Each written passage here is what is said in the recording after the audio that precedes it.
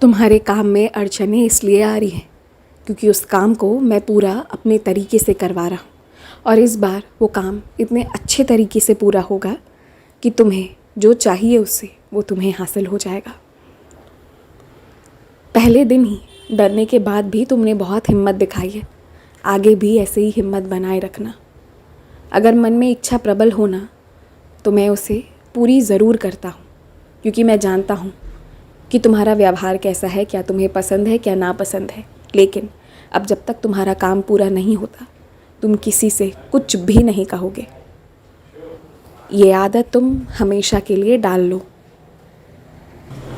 यदि कोई तुमसे सहायता मांगने आए तो उसे सच्चाई ही बताना, और अगर तुम खुद को उसमें असमर्थ पाओ, फिर चाहे वो ईर्ष्या, घृणा, नाराज़गी, कोई भी भावना क्यों ना हुई हो, या फिर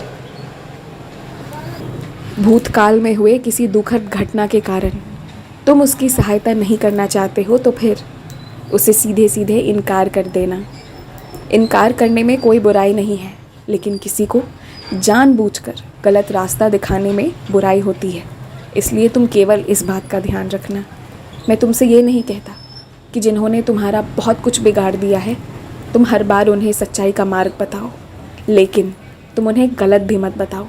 शांत रह जाओ, पीछे हट जाओ। गलत का परिणाम गलत ही होता है, तो जो गलत कर रहे हैं उन्हें तुम करने दो, तुम अपने रास्ते पर चलो।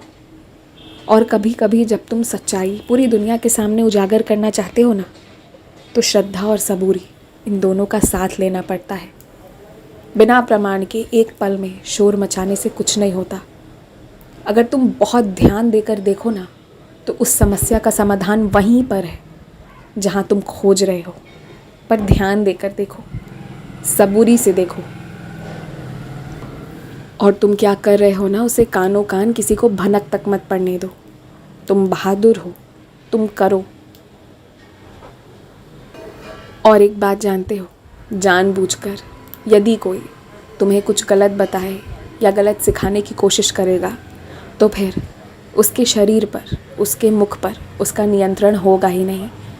वो एक माध्यम बनेगा, लेकिन वहाँ मैं विराजित हो जाऊँगा, मैं सिखाऊँगा, मैं समझाऊँगा।